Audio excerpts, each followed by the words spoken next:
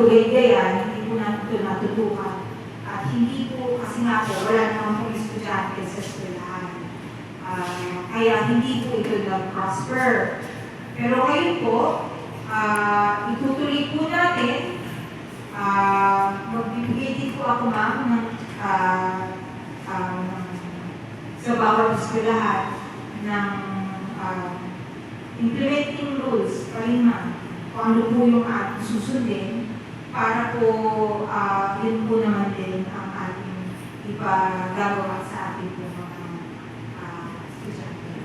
Huwag po kayong magalala, bababa din po kami sa inyong pong mga eskwelahan para po magturo po at magpaliwanag sa ating po mga tinuturuan.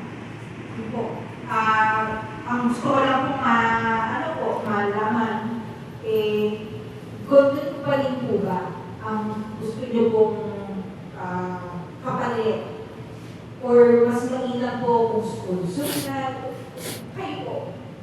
Yun po yung aking Kasi ma'am yan, actually, ginagamit ko kasi yan. Ang gumagawa kasi yan, pati magulang, utilities, gumagawa. Kasi kung school supplies po, sa bata lang ako.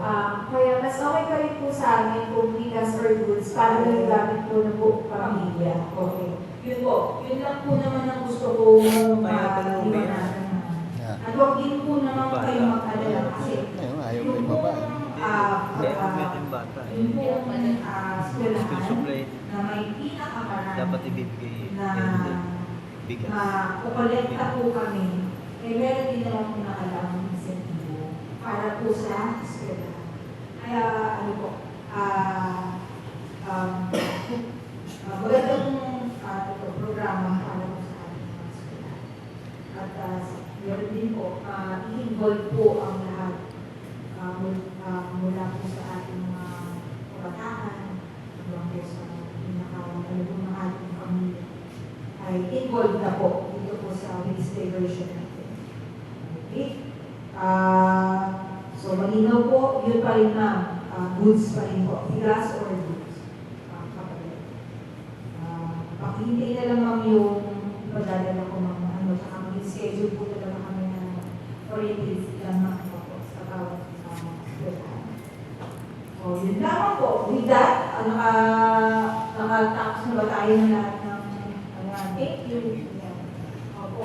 Okay na po. Then,